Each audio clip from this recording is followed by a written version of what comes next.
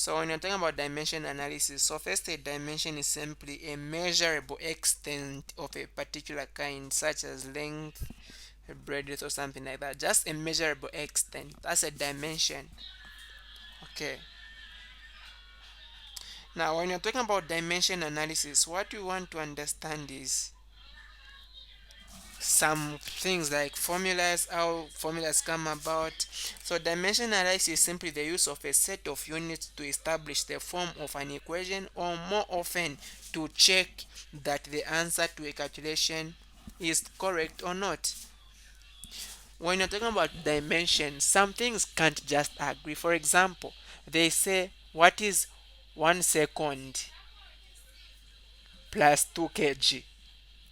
It can. You can't just add those. You can't add a second and a kg. Those are two different dimensions. So you just look at the same dimension. When you are performing addition and subtraction, please, you only add the same dimension. You can't add different dimensions. So if you are talking of money, kwacha, you only add the kwachas. You can't be given $2 and then five kwacha and then you want to add them. You say you've gotten seven. Seven what? Seven kwacha dollar or what? So it's not true unless you convert to the same dimension.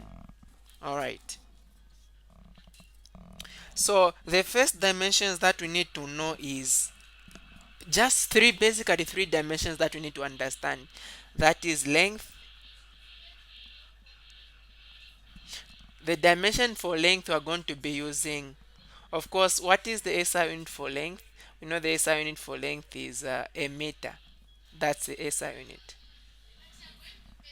But for this dimension, we'll use L. And then another dimension that we have is mass, which is measured, of course, in kg. And for this dimension, we'll use capital M to mean mass. And then another dimension that we have is time, which is measured in seconds. And we're going to use capital T. So dimension analysis is very important because it is used in a way that you are going to confirm formulas, you are going to test if they are true, and you are going to confirm if these uh, things can be added or not. And dimension analysis also can help you to determine a unit for something. Like if you've got this formula or this quantity, what will be its unit? An example that we can talk about is we can confirm also the, like when we talk about acceleration, we can confirm the equation for acceleration, or just let's talk of first volume. How do you find volume itself? So volume is given by length multiplied three times.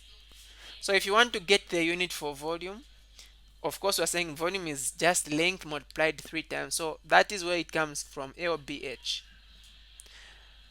L is the length, and length is measured in meters. Of course, the dimension here is L, and then multiplied by breadth.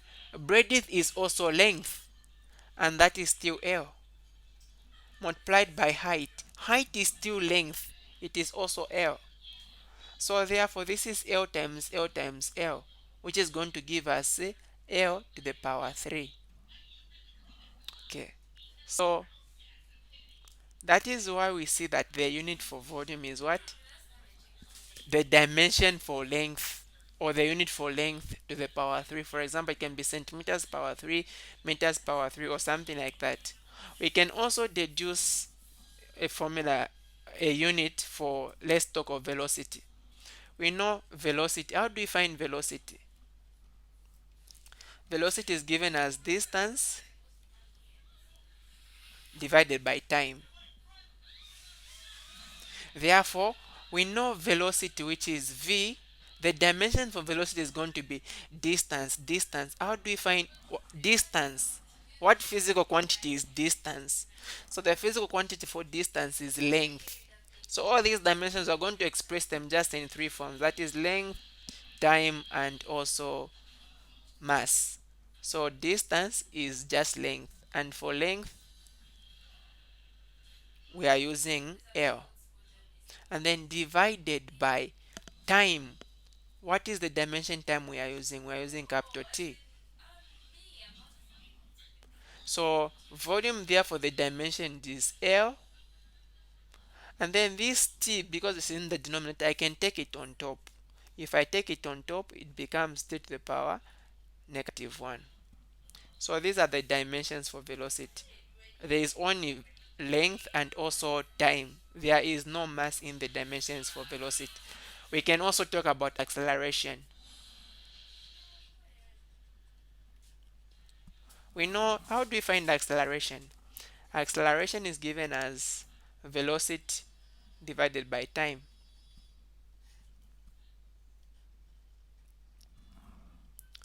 We know that also velocity is given as what? Distance. So just where there is velocity, velocity is given as distance over time. So where there is velocity, I've put distance over time. And then now in the denominator we also have what? We also have time. And so now we can write this, where there is the dimension distance, that is the dimension for length, I'm going to put L. And then we have got over. Now instead of me writing this, okay, I can just write that same over. But instead of me writing that over, let me write this over. Where there is time, we are putting the dimension for time, which is a T. Remember also in the, we have got another over here in the denominator where there is another T. So this is going to give us L over, now T times T, that is going to give us T squared. I can now take this T on top, so that is going to give us L and then T. Now when you take something up, the power becomes negative. So these are the dimensions for accelerations. That is why you see acceleration is given like meters per second squared. So at times we're going to see written as meters second to the power negative 2 if there is no pay. Just like here, if there is pay, this power is positive, but if there is no pay, the power is negative.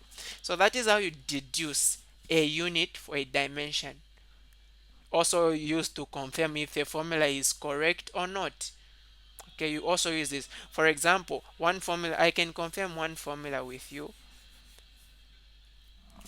We know that one equation of motion says V is equal to U plus AT, if you remember this formula.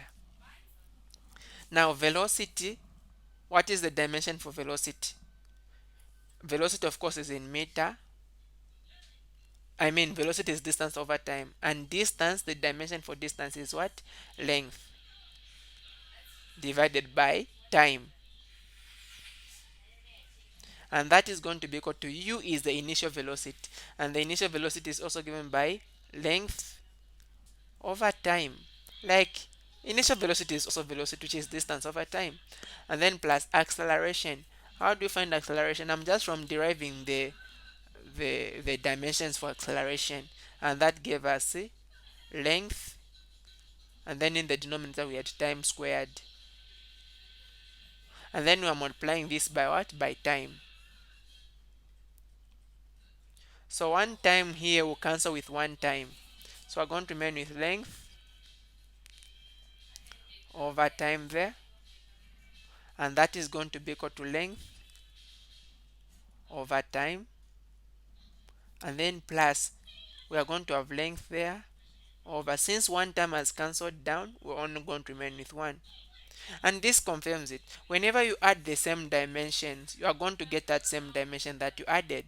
When you add mangoes, you are going to get mangoes. 2 mangoes plus 3 mangoes, 5 mangoes. You can't get 5 apples. So when you add the same dimensions, the same dimension, that's what you're going to get. So this confirms that the formula is dimensionally correct.